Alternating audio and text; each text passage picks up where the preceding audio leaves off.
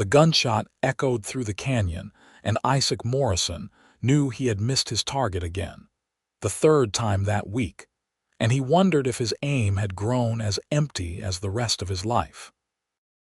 He holstered his revolver and stared at the tin cans still standing mockingly on the fence post, untouched despite his reputation as one of the finest shots in Val Verde County.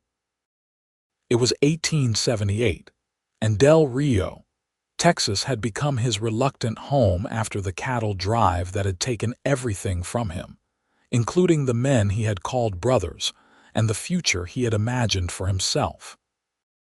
Isaac walked back toward town as the sun began its descent, painting the desert landscape in shades of amber and crimson. His boots kicked up dust on the worn path, and he felt every one of his 26 years weighing on his shoulders like saddlebags full of regret. The streets of Del Rio were quieter than usual, with most folks already settling in for supper. He passed the saloon where laughter spilled out into the evening air, but he had no desire to join the revelry. Loneliness had become his constant companion, more faithful than any friend he had ever known. The boarding house where he rented a room stood at the edge of town, a weathered two-story building with peeling white paint and a porch that sagged in the middle. Mrs. Henderson, the proprietor, was sweeping the front steps when he arrived. She looked up at him with the pitying expression he had come to expect from most people in town. "Evening, Isaac," she said, her voice gentle. "You have a visitor waiting in the parlor. Young woman says she has business to discuss with you." Isaac frowned, trying to think who might seek him out. He had no family left, no close friends to speak of, and certainly no romantic entanglements. His heart had been locked away so long he sometimes forgot it was still beating. He nodded his thanks to Mrs. Henderson and stepped inside, removing his hat as he entered the modest parlor. The woman standing by the window turned when she heard him enter, and Isaac felt something shift in his chest, a sensation he could not quite name. She was perhaps 23 or 24, with dark hair pulled back in a practical bun and eyes the color of the Texas sky at twilight. Her dress was simple but clean, a faded blue calico that had seen better days. There was a determined set to her jaw that suggested she was not accustomed to asking for help. "Mr. Morrison," she asked, her voice steady despite the nervous way her hands clutched a worn leather satchel. "My name is Nora Palmer. I need to hire your services." Isaac stepped further into the room, studying her with curiosity. "I am not sure what services you think I provide, Miss Palmer. I am just a ranch hand, and not currently employed at that." "I heard you were a cowboy, skilled with horses and survival in the wilderness," she said, meeting his gaze directly. "I need someone to escort me into the hill country, about 3 days' ride from here. I can pay not much, but something." "The hill country is no place for a lady," Isaac said automatically. "There are Comanche raiding parties, outlaws, rough terrain. What business could you possibly have out there?" Nora's expression softened for just a moment, revealing a vulnerability beneath her determined exterior. "I am an astronomer, Mr. Morrison. Or rather, I study the stars as best I can with limited resources. There is a place my father told me about before he died, a plateau where the sky opens up like nowhere else. He made observations there years ago, and I have his journals. I want to see it for myself, to continue his work." Isaac had heard many strange requests in his years drifting through Texas, but this was perhaps the most unusual. "You want to hire me to take you into dangerous country so you can look at stars." "So I can count them, catalog them, understand them," she corrected, a spark of passion entering her voice. "My father believed there were patterns in the heavens that could help us understand our place in the world. He died before he could complete his work. I intend to finish it for him." There was something in her determination that spoke to the emptiness inside Isaac. He had been drifting since the cattle drive disaster, taking odd jobs, saving money with no particular goal in mind. Perhaps purpose, even borrowed purpose, was better than the aimless existence he had been living. "How much can you pay?" he asked, more out of curiosity than any real concern for the money. $15 for 3 days out, 3 days there, and 3 days back, she said. "I know it is not much, but it is all I have saved." It was barely enough to cover supplies for the journey, let alone compensation for the risk. Any sensible man would have declined. Isaac surprised himself by saying, "$20, and I choose the route and make all decisions regarding safety. If I say we turn back, we turn back. No arguments."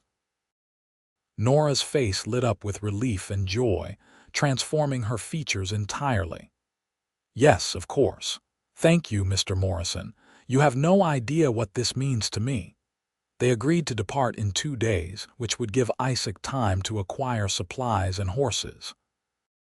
As Nora left the boarding house, Isaac found himself watching her walk down the dusty street, her step lighter than when she had arrived. Mrs. Henderson appeared at his elbow, making him jump.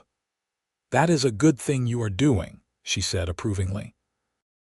"That girl has been in town for 2 weeks, asking everyone if they would help her. Most folks thought she was touched in the head, wanting to go out there just to look at stars." "Maybe she is," Isaac muttered, but without much conviction. "Maybe I am too, for agreeing to it." The next 2 days passed in a flurry of preparation. Isaac visited the general store, purchasing dried beef, beans, coffee, and hardtack enough for 9 days. He acquired 2 sturdy horses from the livery, along with a pack mule to carry their supplies and Nora's equipment, which turned out to be more extensive than he had anticipated. She had a telescope that disassembled into parts, carefully wrapped in cloth, along with journals, charts, and various measuring instruments Isaac did not recognize. On the morning of their departure, Isaac arrived at the small room Nora had been renting above the seamstress shop. She was waiting outside, dressed in split riding skirts that would allow her to ride astride, a practical choice that earned his approval. Her belongings were packed in neat bundles, ready to be loaded. "You have ridden before?" Isaac asked as he helped secure her bags to the pack mule. "Since I was a girl," Nora assured him. "My father and I traveled extensively for his research. I am not some delicate flower who will faint at the first sign of hardship, Mr. Morrison." "Call me Isaac," he said, offering her a hand up onto her horse, a gentle mare named Daisy. "If we are going to be traveling together for over a week, we might as well dispense with formalities."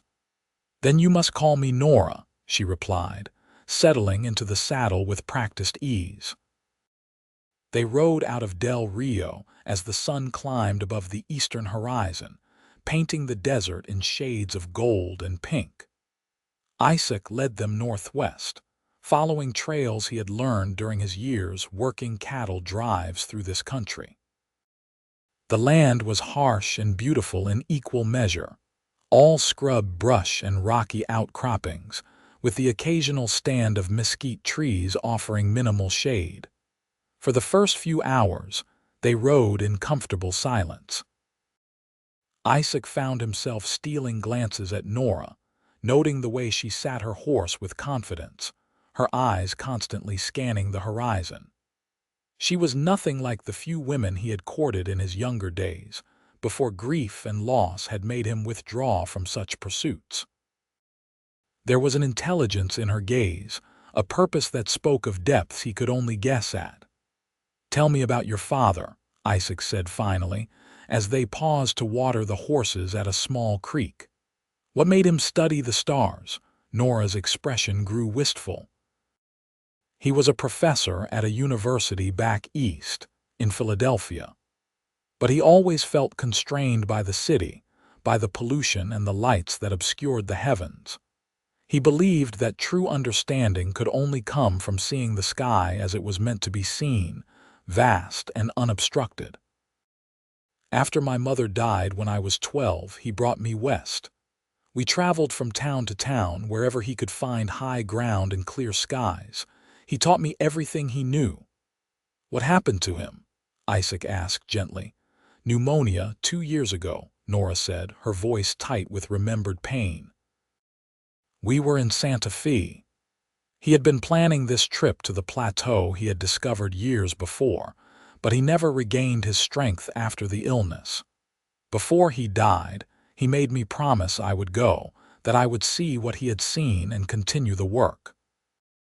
Isaac understood the weight of promises made to the dying. He carried his own, made to men who had perished on that disastrous cattle drive when a flash flood had swept through their camp.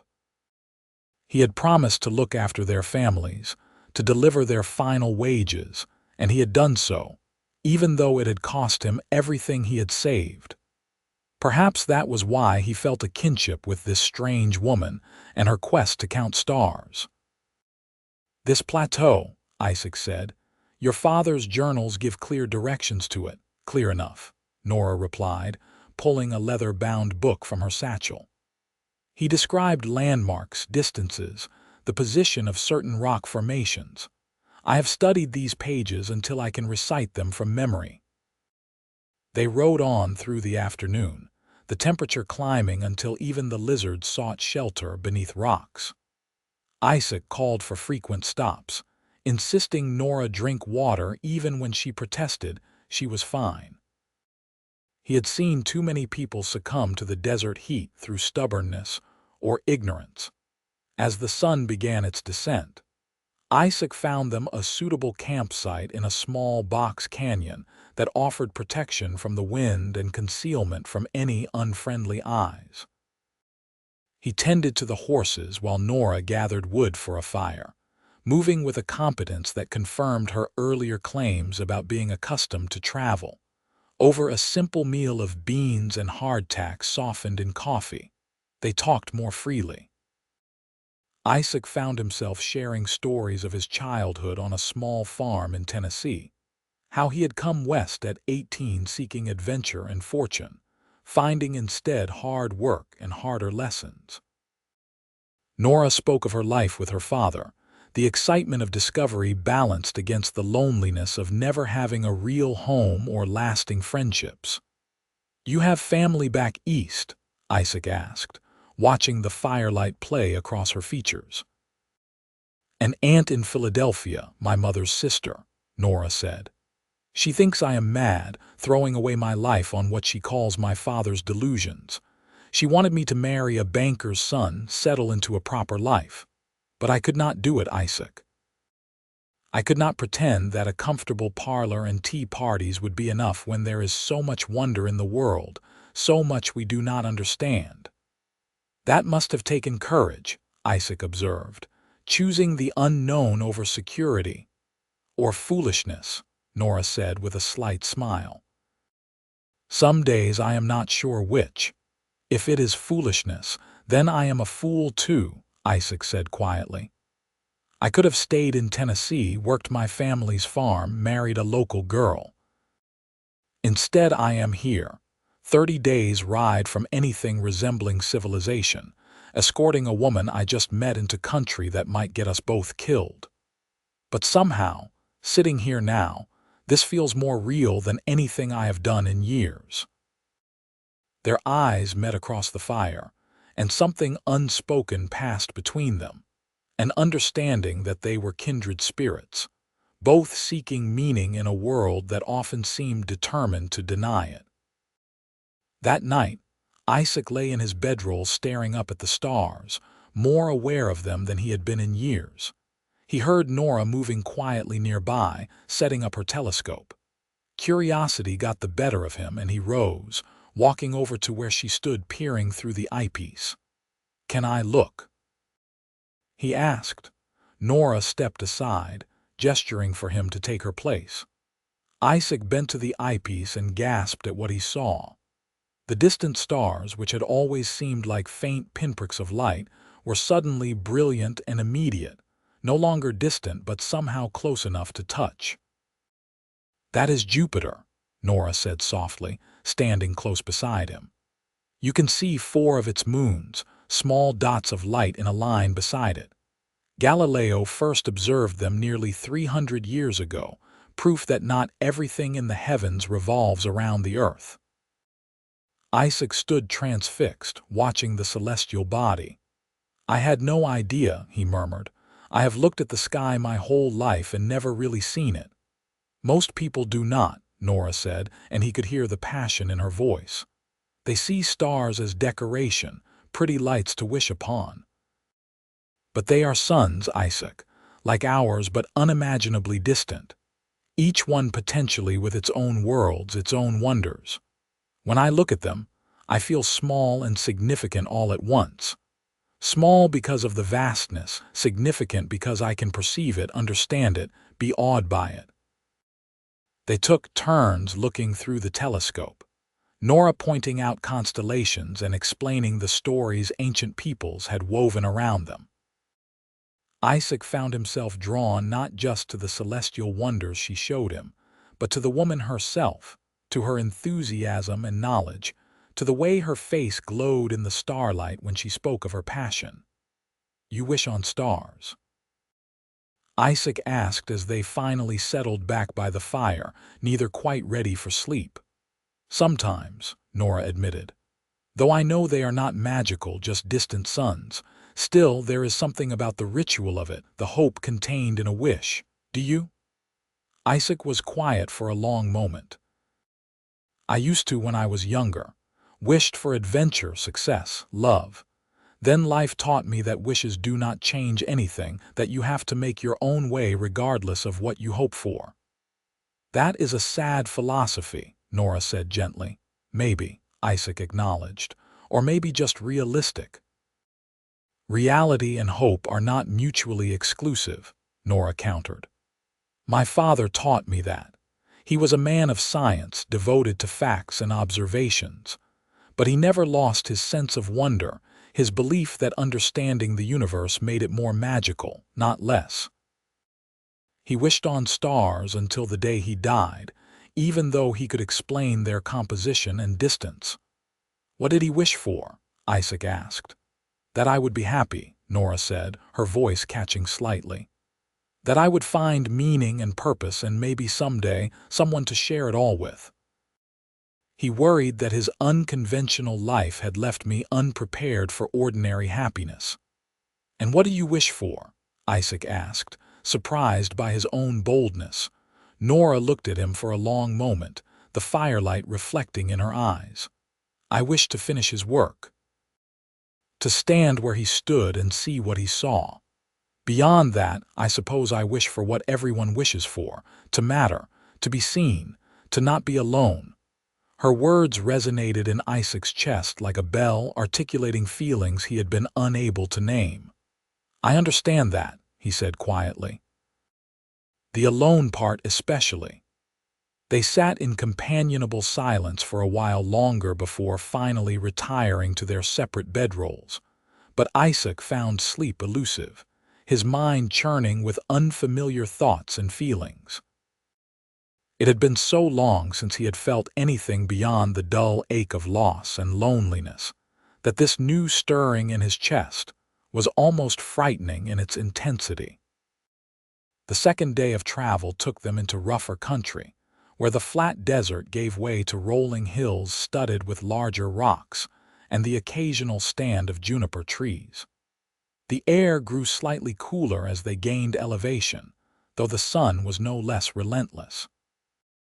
Isaac kept a watchful eye on their surroundings, alert for any sign of danger, but the land seemed empty of other human presence. Around midday, as they paused to rest the horses in the shade of a rocky overhang, Nora pulled out her father's journal and began comparing his descriptions to the landscape around them. "According to his notes, we should be nearing a distinctive formation he called the Sentinel," she said, shading her eyes as she scanned the horizon. "A tall spire of rock standing apart from the main cliff face, visible for miles. Isaac studied the terrain ahead and slightly to the west. "There," he said, pointing. "Could that be it?" Nora followed his gesture and her face lit up with excitement. "Yes, that has to be it. He sketched it in the margin here." She showed Isaac the journal, where a rough drawing matched the formation he had spotted. "If we maintain our current pace, we should reach the base of it by late afternoon," Isaac calculated. "Is the plateau near there?" According to Father's notes, the Sentinel marks the eastern approach.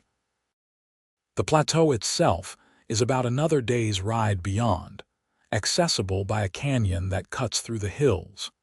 He wrote that the walls of the canyon are covered in ancient paintings, left by people who lived here long before us. The mention of the paintings intrigued Isaac. He had seen similar markings on rock faces during his cattle driving days, mysterious images of animals and symbols whose meanings had been lost to time. The thought of seeing more, of walking in the footsteps of those ancient peoples, added another layer to this already unusual journey. As predicted, they reached the Sentinel by late afternoon. Up close, it was even more impressive, a tower of striated red and gold stone rising nearly 100 feet above the surrounding landscape. Nora dismounted and walked around its base, running her hands over the weathered surface, clearly moved by the sight. "He stood here," she said softly. "He saw this exact view touch this same stone. It makes him feel closer somehow, even though he is gone." Isaac understood the sentiment. There had been places along the trail where his lost friends had laughed or told stories, and visiting them brought a bittersweet mixture of connection and loss. He gave Nora space for her moment of communion with her father's memory, instead focusing on setting up their camp for the night. That evening, after they had eaten and the stars had emerged in their thousands, Nora set up her telescope again. But this time, instead of immediately beginning her observations, she sat beside Isaac and simply looked up with her naked eyes. "Father used to say that there were two ways to see the stars," she said. "With instruments, you could see their details, study their nature. But with just your eyes, you could see the whole tapestry, the way they formed patterns and told stories. Both were necessary for true understanding." "What stories do you see tonight?" Isaac asked. Nora pointed upward, tracing invisible lines between the stars. "There is Ursa Major, the Great Bear, and following behind it, Ursa Minor, the Little Bear. According to Greek mythology, they were a woman and her son, transformed by the gods and placed in the heavens. There, to the east, is Scorpius, hunting eternal prey across the celestial sphere. And that bright star low on the horizon is Antares, the rival of Mars, whose red glow the ancients saw as warlike and passionate." As she spoke, Isaac found himself seeing the sky not as a random scattering of lights but as a connected whole, full of meaning and wonder. More than that, he found himself intensely aware of Nora beside him, the warmth of her shoulder nearly touching his, the enthusiasm in her voice, the grace of her hand as it traced patterns in the air. "You love this," he said, not really a question. "I do," Nora confirmed. "More than anything. When I am out here under all this vastness, everything else falls away. The world's expectations, my own doubts, the grief I carry for my father, all that remains is wonder." "I envy you that," Isaac said honestly. "I have not felt wonder in a long time. Mostly I just feel tired." Nora turned to look at him, her expression thoughtful. "What happened, Isaac? What took the wonder out of your life?" He found himself telling her the story he had shared with no one in Del Rio, about the cattle drive 3 years ago, the flash flood that had come without warning, the men who had died because he had chosen the campsite by that usually dry wash. 6 men, some with families, all trusting his judgment. He had survived by chance, swept downstream and deposited on a muddy bank while the others had drowned. I delivered their wages to their families, Isaac said, his voice rough with remembered anguish. Looked into the eyes of widows and children and tried to find words that might make it bearable. There were no such words. I gave them everything I had saved, tried to help as I could, but nothing brought those men back.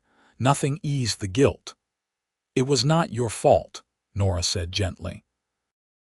Accidents happen, especially in wild country. You could not have predicted the flood. I should have, Isaac insisted. I should have been more careful, chosen a safer spot. That is what the other drovers said, the ones who heard what happened. They said I got careless, lazy. Word spread, and suddenly I could not get hired on any crew. Not that I wanted to. Every time I closed my eyes, I saw their faces. So I drifted here to Del Rio, and I have been existing more than living ever since. Nora was quiet for a moment, then said, My father once told me that the universe is fundamentally indifferent. Stars explode, worlds collide, life emerges and disappears. None of it means anything unless we choose to give it meaning. You survived that flood, Isaac. You could have chosen to let it destroy you, to give up entirely. Instead, you helped those families, even at great personal cost. You kept going. And now you are here, helping me fulfill a promise to my own father. That matters. It all matters because you choose to make it matter. Her words settled over him like a balm on wounds he had thought would never heal. When did you get so wise? He asked, trying to lighten the moment. I had a good teacher, Nora replied, smiling, and I have had plenty of time alone to think about life's big questions. One does that when spending nights staring at the cosmos. On impulse, Isaac reached out and took her hand. It was a bold gesture, perhaps inappropriate given their brief acquaintance, but it felt right. Nora did not pull away. Instead, she squeezed his hand gently, an acknowledgement of the connection growing between them. Will you show me how to make a proper wish? Isaac asked. On a star, I mean. It has been so long I think I have forgotten. Nora's smile widened. It is simple. You find the brightest star you can see, though some say it should be the first one visible at twilight. You focus on it, think about what you truly want, and you speak your wish, either aloud or in your heart. The important part is being honest about what you desire. Does it have to be a star? Isaac asked. Or will a planet work? Since I now know that bright one there is Jupiter and not a star at all. Nora laughed, a sound that Isaac was beginning to treasure. I think the celestial object is less important than the intention behind the wish. Choose whatever calls to you. Isaac looked up at the vast display above them, then back at Nora's face, soft in the starlight. He chose a particularly bright star near the zenith, and feeling slightly foolish but also strangely hopeful, made his wish silently. When he glanced at Nora, he found her watching him with an expression he could not quite read. What did you wish for? She asked. I thought wishes were supposed to be kept secret, Isaac teased. They are, traditionally, but I won't tell if you won't, Nora said conspiratorially. Isaac hesitated, then decided that honesty was the only appropriate response to the intimacy of the moment. I wish to feel alive again, to find purpose, and maybe, if I am being completely honest, to not be alone anymore. Nora's breath caught audibly. Those are good wishes, she said softly. Important ones. What about you? Isaac asked. What did you wish for just now? I wished for courage, Nora admitted. To take risks, to be open to unexpected possibilities, and I wish to not be alone anymore too. They sat holding hands under the stars, neither speaking, both acutely aware that something significant was shifting between them. Isaac knew it was too soon to name what he was feeling, knew that Nora was essentially a stranger despite the intimacy of their conversations. Yet he could not deny that she had awakened something in him, something he had thought buried beyond recovery. Eventually, the night grew cold enough that they had to retreat to their bedrolls. But Isaac lay awake for hours, replaying every moment of the day, every word Nora had spoken. He wondered if she was awake too, if she was thinking about him the way he was thinking about her. The possibility made his heart race in a way it had not in years. The third day brought them to the mouth of the canyon Nora's father had described. It was a narrow cleft in the hills, barely wide enough for them to ride single file with the pack mule trailing behind. The walls rose sheer on either side, striated in layers of red, orange, and cream-colored stone that spoke of eons of geological transformation. About a quarter-mile into the canyon, the ancient paintings appeared. They covered the rock faces on both sides, faded but still visible. Images of deer and buffalo, human figures with arms raised toward the sky, spirals and symbols whose meanings could only be guessed. Nora insisted on stopping to sketch several of them in her journal, and Isaac found himself captivated by her careful observations and thoughtful interpretations. "Look at this one," Nora said, pointing to a particularly elaborate panel. "These figures seem to be observing something in the sky. See how their arms point upward. And there, those circular symbols with rays emanating from them. My father theorized that ancient peoples were much more attuned to celestial events than we give them credit for. They tracked the movements of stars and planets, used them to mark seasons and guide their lives. So they were astronomers too in their way," Isaac observed. "Exactly," Nora said, pleased by his understanding. "They counted the stars just as I do, though with different purposes and tools." Standing here, seeing what they saw, I feel connected to a chain of human wonder stretching back thousands of years. They spent over an hour in the canyon, Nora documenting the paintings while Isaac explored further ahead, ensuring the path remained passable.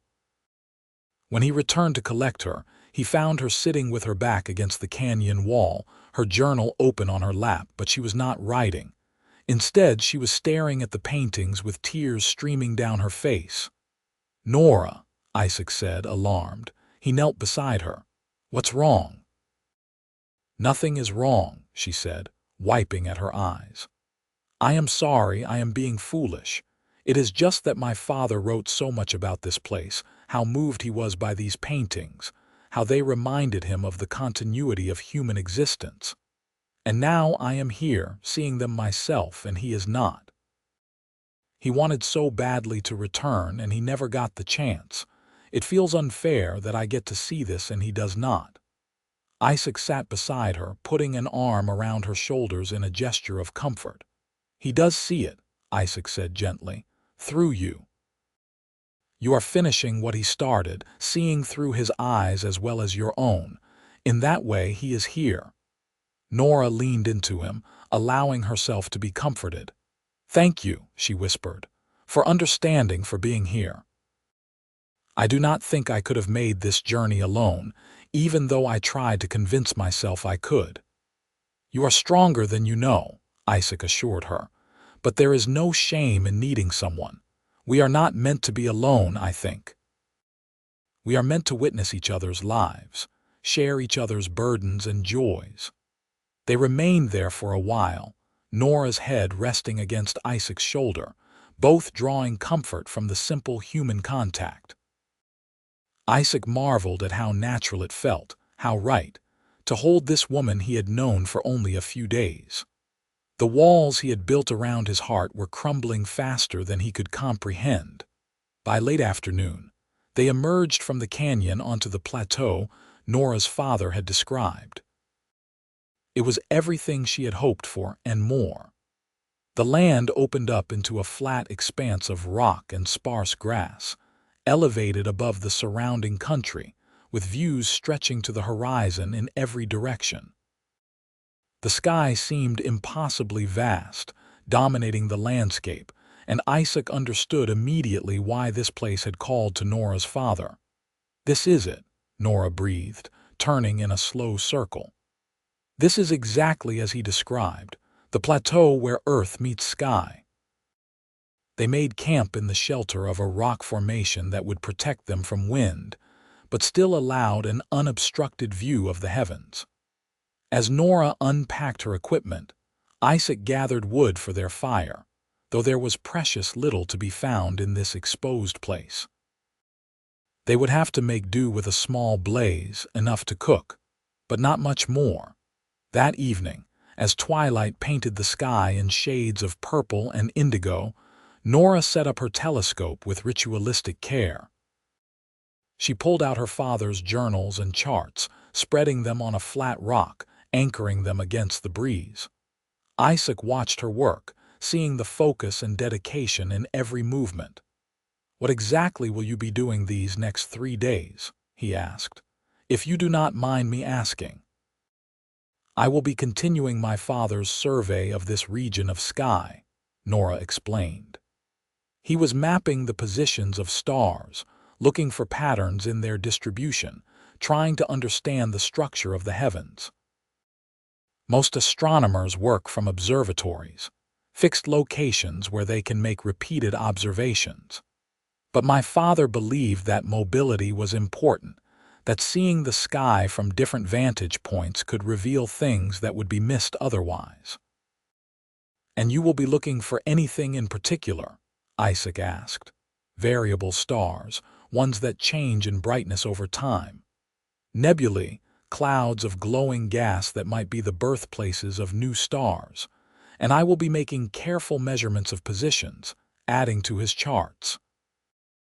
It is meticulous work, requiring patience and clear skies. We were fortunate that the weather has been good." "Can I help?" Isaac offered, surprising himself with the eagerness he felt. Nora looked up at him, her expression softening. "I would like that very much. You could record my observations while I look through the telescope, or help me identify reference stars. Having another pair of eyes would be invaluable." And so Isaac found himself, a rough cowboy who had never given much thought to matters beyond cattle and survival, participating in scientific observations of the cosmos. Nora would peer through her telescope, calling out numbers and descriptions, and Isaac would carefully write them in her journal, doing his best to form legible letters despite his limited education. As the night deepened, and the stars multiplied until they seemed to fill every inch of sky, Isaac felt something profound shifting inside him. The universe that had seemed vast and indifferent now felt personal, intimate even. Each star they catalogued became not just a distant sun but a unique individual with its own characteristics and story. "Do they have names?" Isaac asked during a brief pause in their work. "All these stars we are recording, some do," Nora said. "The brightest and most notable have been named by various cultures throughout history. But most have only catalog numbers, dry designations assigned by astronomers.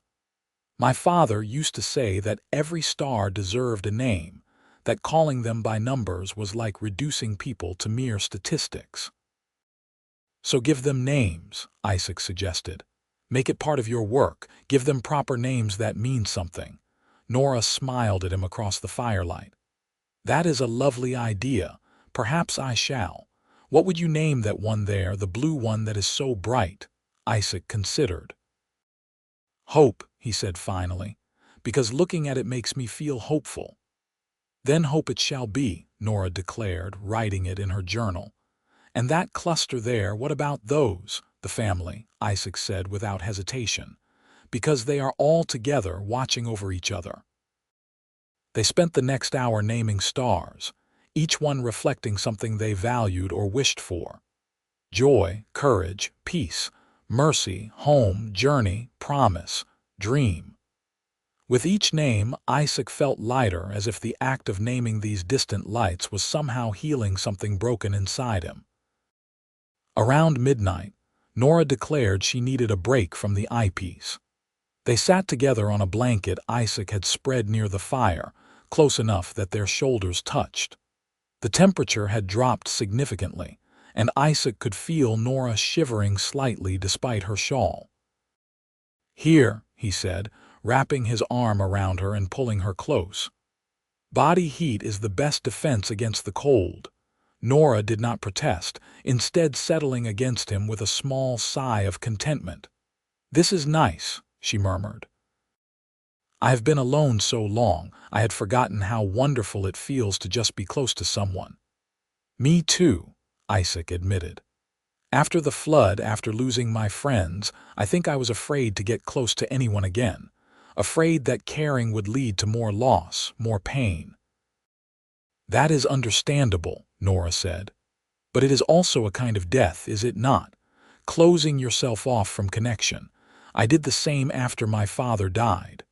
I told myself that my work was enough, that I did not need anyone else. But it was not true.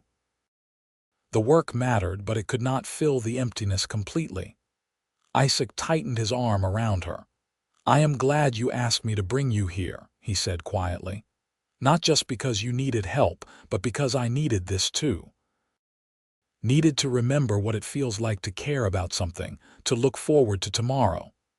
Nora turned her face up to his, and in the starlight, Isaac could see emotion swirling in her eyes. "I am glad too," she whispered, "more glad than I can express." The moment stretched between them, charged with possibility.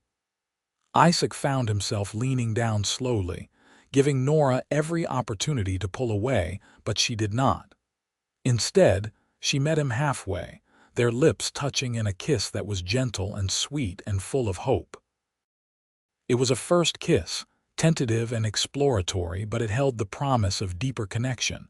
When they finally pulled apart, both were breathing a little harder, hearts racing. Isaac rested his forehead against Nora's, savoring the closeness. "I was not expecting this," Nora said softly. "When I hired you, I never imagined." "Neither did I," Isaac assured her, "but I am not complaining."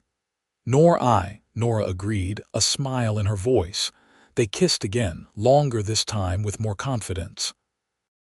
Isaac felt as if he were falling through space, untethered and weightless. But instead of fear, he felt exhilaration. This woman, with her passion for stars and her determination to honor her father's memory, had somehow reached past all his defenses and touched the heart he had thought permanently closed. Eventually, they returned to the telescope, though now they worked even closer together, finding excuses to touch, to lean against each other. The observations continued through the night, with Nora carefully recording positions and Isaac assisting however he could. By the time false dawn began to lighten the eastern horizon, they had filled several pages with new data. "We should sleep," Nora said reluctantly. "Tomorrow night will be just as long." They arranged their bedrolls side by side, closer than propriety would normally allow, but neither caring about convention. Isaac reached out and took Nora's hand, holding it as they both drifted toward sleep. "Isaac," Nora murmured drowsily. "Yes, I think my wish is coming true." "The one about not being alone." Isaac squeezed her hand gently. "Mine too," he said. The next 2 days on the plateau fell into a rhythm that felt almost domestic. During the daylight hours, while Nora slept to make up for the nights spent observing, Isaac explored the surrounding area, hunted small game to supplement their supplies, and tended to the horses. When Nora woke in the late afternoon, they would share a meal and talk, their conversations ranging from profound to playful. Isaac found himself telling her things he had never shared with anyone, about his childhood dreams and fears, about the man he had hoped to become, and his disappointment at falling short. Nora listened with complete attention, offering insights that were both compassionate and honest. In turn, she shared her own vulnerabilities, her fear that her father's work would be forgotten, her worry that she was not capable enough to do it justice, her loneliness over the years of travel and study. "You are more than capable," Isaac assured her one afternoon as they sat on the edge of the plateau, legs dangling over the drop. "Your father would be proud of you. I know I am proud of you, and I have only known you a few days." "Thank you," Nora said, leaning her head on his shoulder. "That means more than you know." Each night they worked together under the stars, and each night their connection deepened. They stole kisses between observations, held each other close during breaks, and found excuses to maintain physical contact. Isaac had never felt so alive, so present in each moment. The grief and guilt that had weighed him down for 3 years did not disappear, but it became more manageable, balanced by this new joy. On their final night on the plateau, as Nora completed her last observations, she announced that she wanted to do something special. She moved the telescope away from her scientific targets and instead pointed it at the moon, which was approaching full and hanging like a lantern in the eastern sky. "Look," she invited Isaac. He bent to the eyepiece and caught his breath. The moon, which he had seen countless times, was transformed. He could see mountains and valleys, the shadows of crater walls, the smooth plains that ancient astronomers had mistaken for seas. It was another world, impossibly distant yet rendered intimate by the telescope's power. "It is beautiful," he said, inadequate words for what he was feeling. "Now you," Nora said, guiding him away from the telescope and positioning herself at the eyepiece. "Stand over there and wave." Isaac laughed. "You cannot possibly see me from the moon." "I know that," Nora said, her eyes still pressed to the telescope. "But humor me. Wave to the moon, Isaac." Feeling foolish but indulgent, Isaac turned toward the moon and waved. From behind the telescope, Nora called out, "Perfect. Now make a wish. A real wish with everything you have. This is a special moment, the culmination of my father's work and the beginning of whatever comes next. Make it count." Isaac looked up at the moon, then back at Nora, her form silhouetted against the stars. He knew exactly what he wished for, though it terrified him with its intensity. He wished for this to be the beginning, not the end. He wished for Nora to want what he wanted, a future together. He wished for love, real and lasting and transformative. "Done," he said. "Your turn." They switched places again, and Nora stood before the moon, her face uplifted. Isaac watched her lips move silently, forming the words of her wish. When she lowered her gaze, her eyes sought his immediately.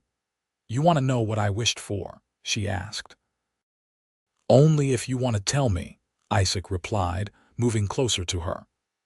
"I wished for courage," Nora said. "Courage to say what I am feeling, to be honest about what I want.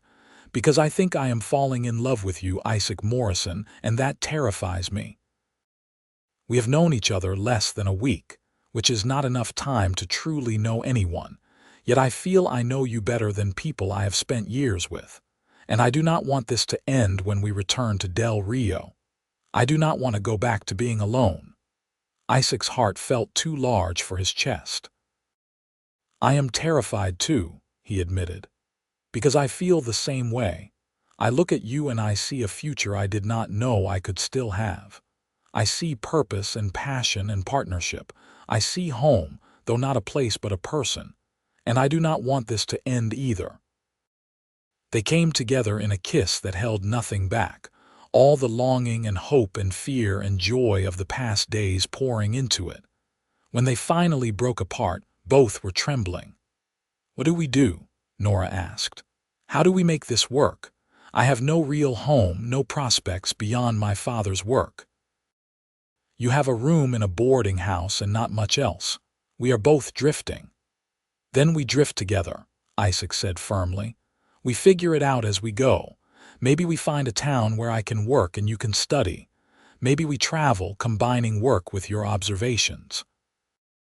The details do not matter as much as the commitment. I want to try, Nora. I want to build something with you, even if I do not know exactly what that something will look like." Nora's smile was radiant in the moonlight. "Yes," she said simply. "Yes to all of it." They spent the rest of that night not in observation, but in making plans, dreaming aloud about possibilities.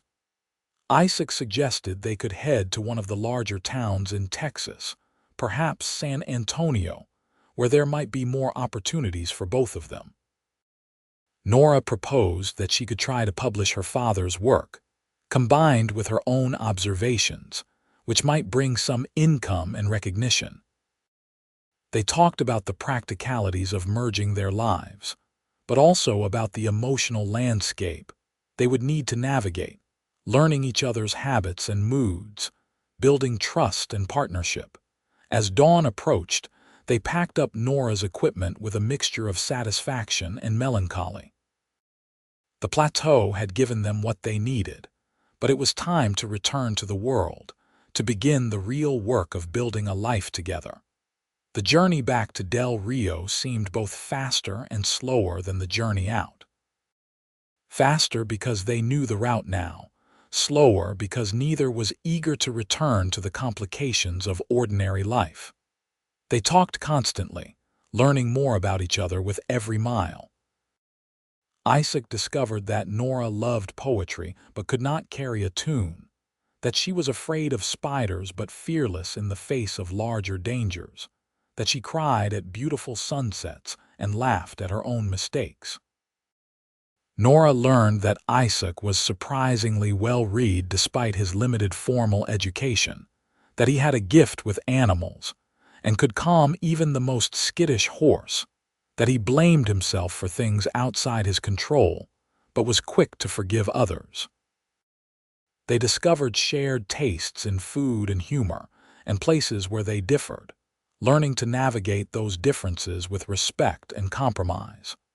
On their final night before reaching Del Rio, they camped in the same box canyon where they had spent their first night. Lying side by side under the stars, Isaac pulled Nora close and said, "I love you.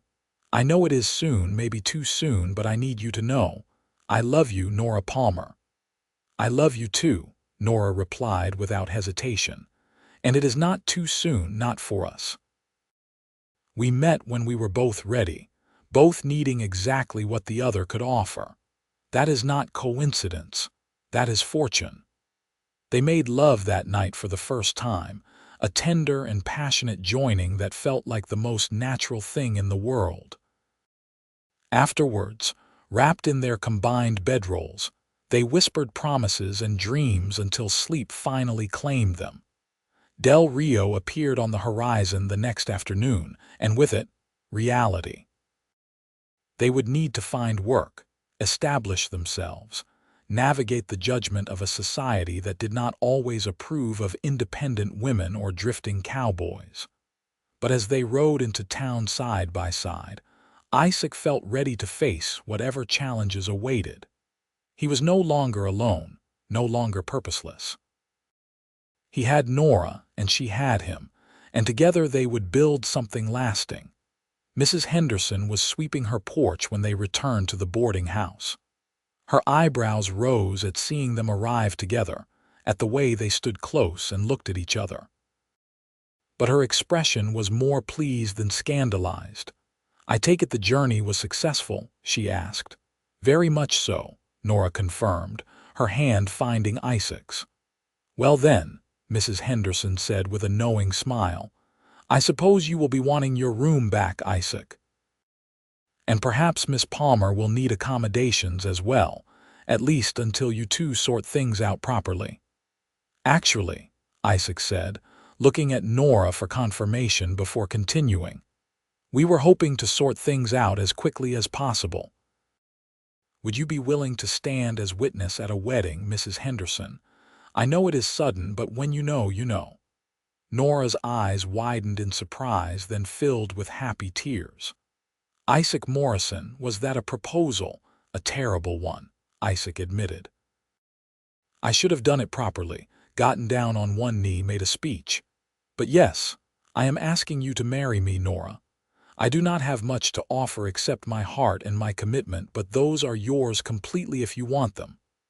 "I want them," Nora said, laughing and crying simultaneously. "Yes, I will marry you, 100 times yes." Mrs. Henderson clasped her hands together. "Well, this is wonderful news. The preacher will be through town in 2 days. That should give you enough time to prepare." Those 2 days passed in a blur of activity. Isaac found work at a ranch outside town, the owner willing to give him a chance despite his reputation after being vouched for by Mrs. Henderson. Nora visited the general store and acquired fabric to make a simple wedding dress, working late into the night with Mrs. Henderson's help.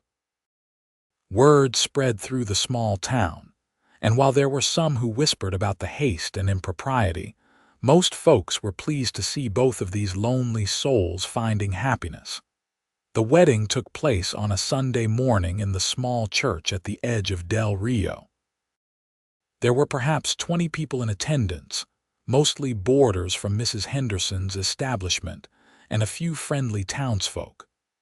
Nora wore a dress of pale blue calico, her dark hair crowned with wildflowers Isaac had picked that morning. Isaac had borrowed a proper suit, uncomfortable in its stiffness, but determined to look respectable for his bride. As they stood before the preacher, exchanging vows that promised love and faithfulness through all circumstances, Isaac felt the last of his grief and guilt lifting. He could not change the past, could not bring back his lost friends, but he could honor their memory by living fully, by embracing this chance at happiness. When the preacher pronounced them husband and wife, Isaac kissed Nora with all the love and hope and gratitude in his heart. The small congregation applauded, and Mrs. Henderson dabbed at her eyes with a handkerchief. The celebration that followed was modest but heartfelt. Mrs. Henderson had prepared a special dinner, and someone produced a fiddle for dancing. Isaac, who had not danced in years, swept Nora around the parlor, both of them laughing at his rusty skills. As the sun set and the party wound down, Isaac and Nora slipped away to the room they would now share, newly married and ready to begin their life together. Their first months of marriage were both challenging and joyful. Isaac worked long hours at the ranch, proving his worth and gradually rebuilding his reputation. Nora continued her astronomical observations whenever weather and circumstances permitted, and she began the painstaking work of compiling her father's journals and her own notes into a manuscript she hoped to publish. They saved every penny they could, living frugally in their single room at the boarding house. But Isaac did not mind the close quarters or the simple meals. Coming home each evening to Nora's smile, to the way she lit up when sharing her latest discovery or observation, made every hardship worthwhile. On clear nights, they would climb to the roof of the boarding house, where Nora had permission to set up her telescope. They would spend hours counting stars together, with Isaac helping to record observations, both of them making wishes on their favorites. It became their special ritual, this shared viewing of the heavens, a reminder of how they had found each other. A year after their wedding, Nora received word that a scientific journal in the East was interested in publishing portions of her father's work, along with her own contributions. The payment was modest, but the validation was immense. She cried when she read the acceptance letter, and Isaac held her, understanding what this meant for her sense of purpose and connection to her father's legacy. With the money from the publication and their combined savings, they were able to purchase a small piece of land outside Del Rio. It was not much, just a few acres with a creek running through it, but it was theirs. Isaac began building them a house, working evenings and weekends with assistance from some of the ranch hands who had become friends. Nora helped however she could, and together they created a home that was simple but full of love. The house had a special feature that Isaac insisted upon: a flat roof accessed by an external staircase designed specifically for Nora's astronomical work. On clear nights, she could set up her telescope and observe in comfort, and Isaac would join her whenever his work allowed, the two of them continuing their tradition of counting stars and making wishes. 2 years into their marriage, Nora announced she was pregnant. Isaac's joy was tempered by fear, remembering his mother's difficult labors and the women he had known who had died in childbirth.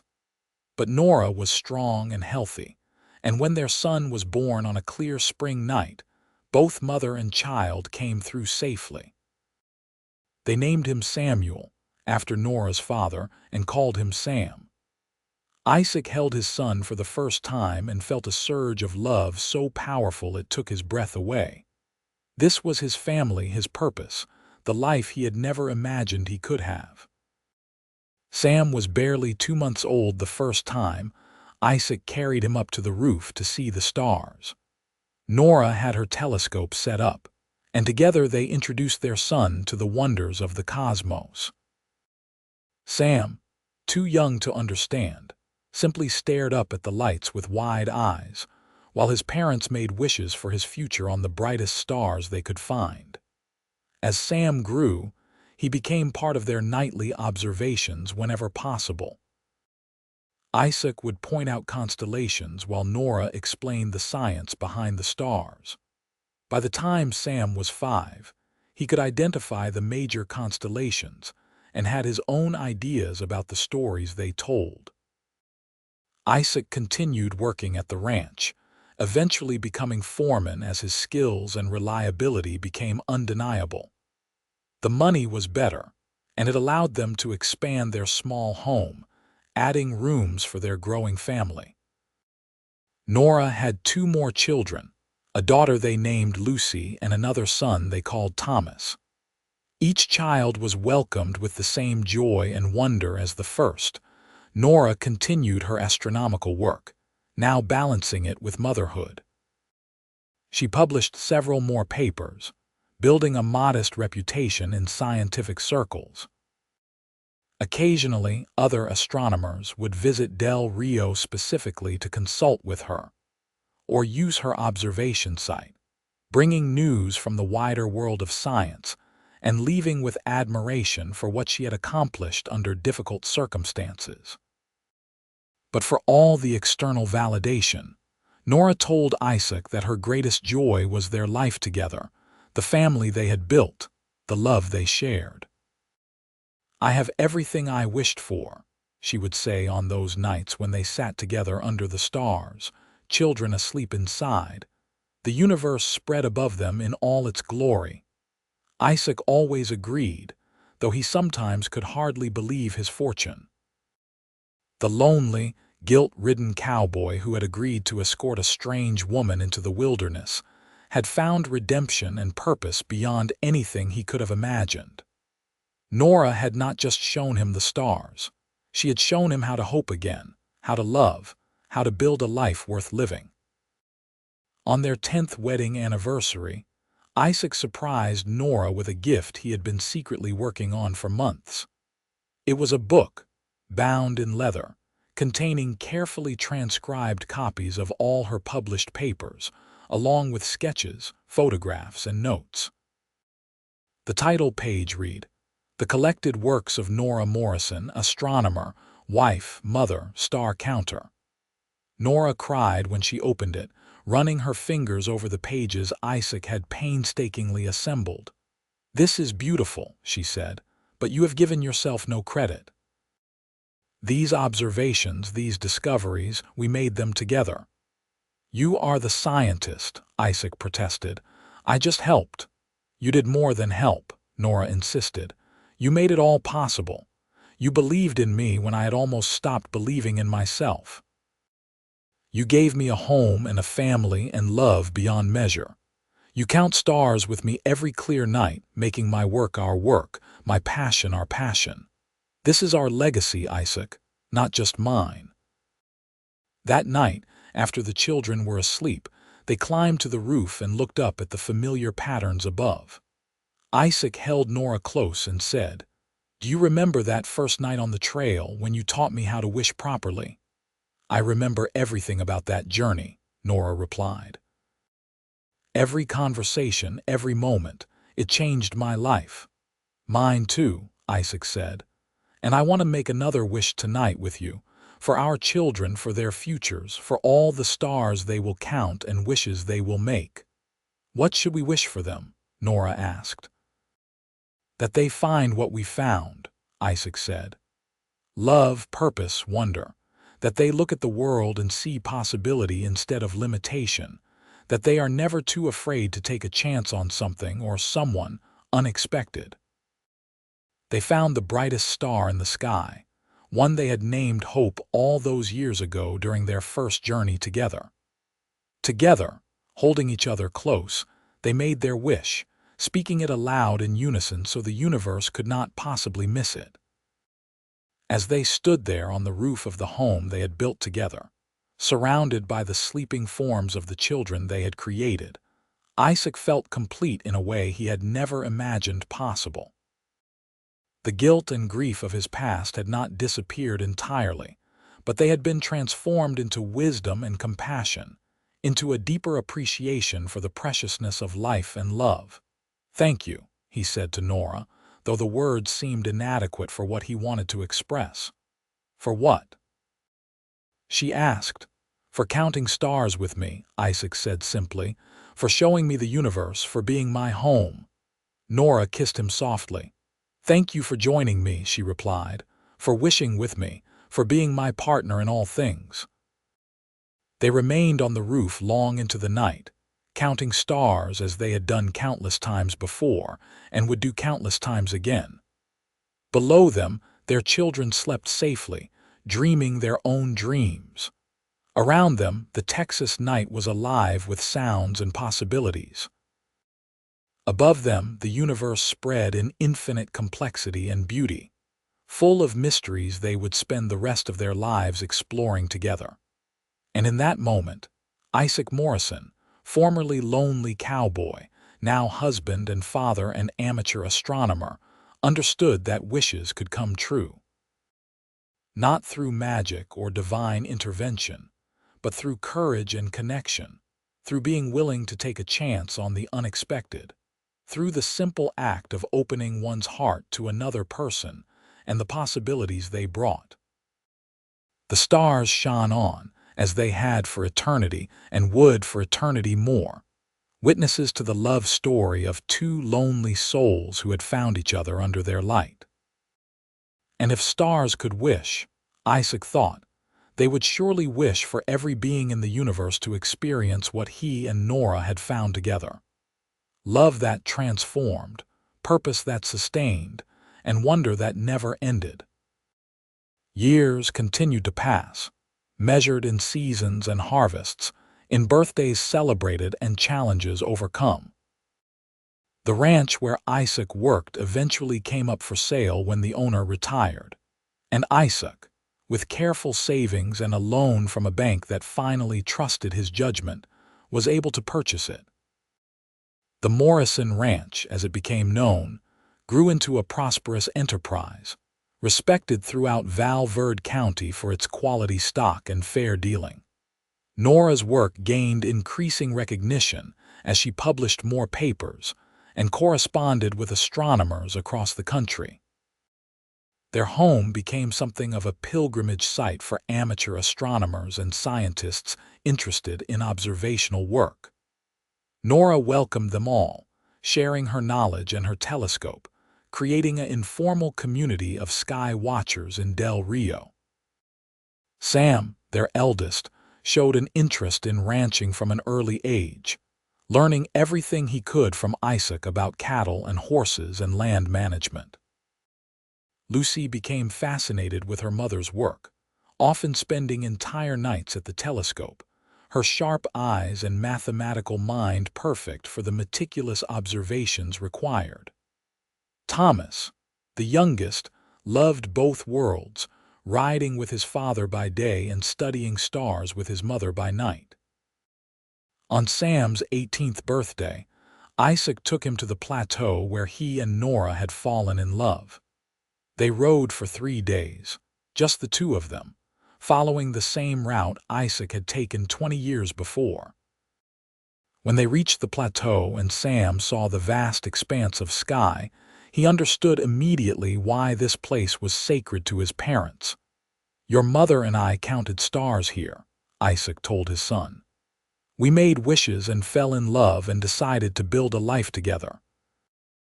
I wanted you to see it, to understand where your story began before you even existed."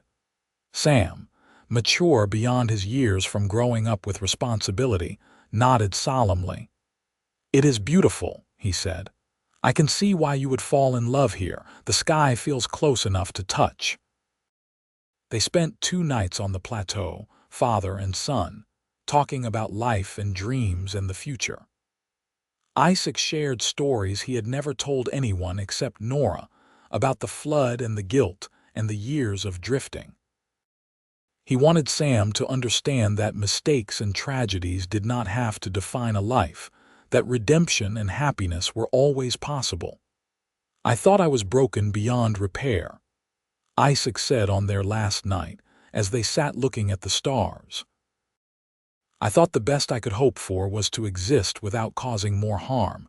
Then your mother asked me to bring her here, and everything changed. She showed me that it is never too late to start again, to hope again, to love again." "I want that," Sam said quietly. "Not the tragedy part, but what came after. I want to find someone who sees me the way you and mother see each other." "You will," Isaac assured him. "And you will know it when it happens, I promise. It might not be what you expect, might not come in the package you imagined. But real love is unmistakable." They made wishes together that night, father and son, on the same stars Isaac and Nora had wished on 2 decades before. And though Isaac did not know what the future held for his children, he trusted that they had been raised with enough love and wisdom to navigate whatever came their way. When Isaac turned 50, Nora threw him a surprise party, inviting everyone from the ranch hands to the scientific colleagues she had corresponded with for years. Several of these colleagues traveled from as far away as California and New Mexico, wanting to meet the woman whose observations had contributed so much to their understanding of variable stars and nebulae. During the party, one of the visitors, a professor from a university in California, took Isaac aside. "I hope you know what an extraordinary woman you married," the professor said. "Her work is absolutely first-rate. If she had been born a man, or in a different time, she would be running an observatory, teaching at a university. As it is, she has accomplished more from her roof in Del Rio than most astronomers do with all the resources of an institution behind them." Isaac smiled, watching Nora across the room surrounded by well-wishers, still beautiful at 47, still passionate about her work. "I have always known she was extraordinary," he replied. "That is why I married her." That night, after the guests had departed and the children had gone to bed, Isaac and Nora climbed to their observation roof one more time. The moon was new, making for perfect viewing conditions, and the Milky Way stretched across the sky like a river of light. "You ever regret it?" Isaac asked, a question he had never dared voice before. "Marrying me instead of pursuing your career in the East, you could have had a position at a university, resources, recognition." Nora turned to him, her expression fierce. "I have never regretted it, not for a single moment. What we have built here is worth more than any position or accolade. Yes, I would have liked more resources, better equipment, but I would not trade our life together, our family, for anything the Eastern establishment could have offered. You and I, we count stars together, Isaac. That is worth everything." Isaac kissed her then, pouring 20 years of love and gratitude into it. They had built something rare and precious, a partnership based on mutual respect and shared wonder, and he knew that nothing could diminish its value. As they stood together under the familiar stars, Isaac thought about the journey that had brought them to this moment. From lonely cowboy and wandering astronomer to husband and wife, parents and partners, they had created a life that honored both their pasts and their hopes for the future. The wishes they had made on stars all those years ago had come true in ways neither could have predicted. Lucy announced her engagement when she was 21, to a fellow astronomer she had met through correspondence about her mother's work. He was a kind young man from Boston who was willing to relocate to Texas, drawn by both Lucy and the exceptional viewing conditions from the Morrison observation roof. The wedding was held under the stars, of course, with Nora officiating since she had obtained a certificate allowing her to perform marriages.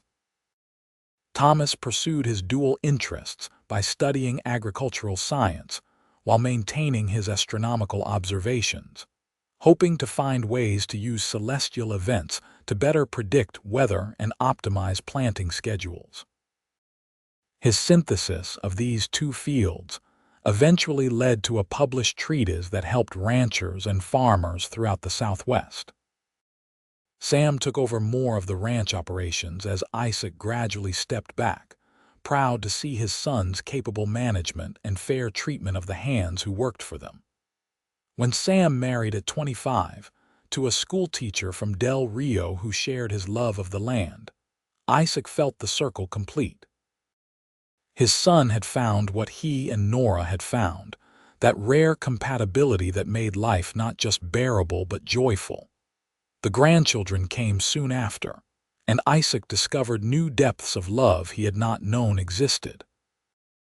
Holding his first grandchild, Sam's son Isaac Jr., he understood his own father's pride in a way he never had before. He taught young Isaac to ride before the boy could properly walk, just as he had done with his own children, and he looked forward to the day when he could teach him to count stars as well. On their 25th wedding anniversary, Isaac surprised Nora by taking her back to the plateau once more. Their children were grown and capable of managing things in their absence, and Isaac wanted to return to where their love story had truly begun. They made the journey slowly, taking their time, no longer young but still strong and healthy. The plateau was exactly as they remembered it, unchanged by the passage of time. They made camp in the same spot, and as the stars emerged, Nora set up the telescope she had brought, a newer and better model than the one she had used on that first journey. "Do you remember what we wished for that first time?" Nora asked as they lay side by side, looking up at the sky. "I wish to feel alive again," Isaac said, "to find purpose, to not be alone." "And I wished for courage," Nora recalled, "to take risks, to be open to possibilities, to not be alone." "We got our wishes," Isaac said wonderingly. "All of them and more than we could have imagined." "Should we make new wishes?" Nora asked. "Or are we too old for that now?" "We are never too old for wishes," Isaac declared. "What should we wish for now?" They considered for a long time, watching shooting stars streak across the sky. Finally, Isaac said, "I wish for time. More time with you, with our children and grandchildren. Time to count more stars, make more memories, love more deeply." "That is my wish too," Nora agreed. Time, and the wisdom to use it well. They found their favorite star, the one they had named Hope, still shining bright after all these years. Together they made their wish, and then they held each other close under the vast Texas sky. Two souls who had found each other against all odds and built a love that had sustained them through everything life brought. Isaac passed away peacefully at the age of 72, surrounded by his family in the home he had built with his own hands. His last conscious moment was spent looking through the window at the stars, with Nora holding his hand and whispering that she loved him. He died knowing he had lived fully, loved deeply, and left behind a legacy not just in his children and grandchildren, but in the life he had built with his remarkable wife. Nora lived another 8 years, continuing her astronomical observations until the very end. She published her final paper at 79, a summary of 50 years of observations that provided valuable data for understanding long-term stellar variability. But her most important work, she always said, was the love she had shared with Isaac and the family they had created together. On the clear winter night when Nora passed away, her children and grandchildren gathered on the observation roof. They set up her old telescope, the one she had used on that first journey with Isaac, and together they counted stars, each family member choosing one to name after either Isaac or Nora. Then, following the family tradition that had been passed down through generations, they each made a wish on the brightest star they could find. Young Isaac, now grown with children of his own, made a wish that his grandparents could see each other again, somewhere beyond the stars they had spent their lives studying. His sister wished that she could love as deeply and truly as Isaac and Nora had loved. The youngest grandchild, only 6 years old, simply wished that the stars would never stop shining. The stars shone on, as they always had and always would, bearing witness to the completion of a love story that had begun with a lonely cowboy and a woman who counted stars. Their wishes had come true, their love had endured, and their legacy lived on in the family that gathered beneath the Texas sky, continuing the tradition of counting stars and making wishes together. And if the universe has a memory, if the stars truly do witness the lives played out beneath them, then surely they remember Isaac Morrison and Nora Palmer Morrison, two souls who found each other in the wilderness, fell in love under the vast expanse of heaven, and built a life that honored both the earth beneath their feet and the stars above their heads. Their story became part of the fabric of Del Rio, Texas, a legend of love and wonder that was passed down through generations, inspiring others to look up at the night sky and dare to wish for something extraordinary. The Morrison Ranch continued to prosper under Sam's management, and eventually his sons after him. The observation roof became a historic site, preserved exactly as Nora had left it, where visiting astronomers could still make observations and families could come to count stars together. The telescope remained in place, protected from the elements but still functional, a testament to the woman who had dedicated her life to understanding the cosmos while building a home in the harsh beauty of the Texas Hill Country. Every year on the anniversary of Isaac and Nora's first meeting, the Morrison family would gather at the ranch for a celebration they called Star Night.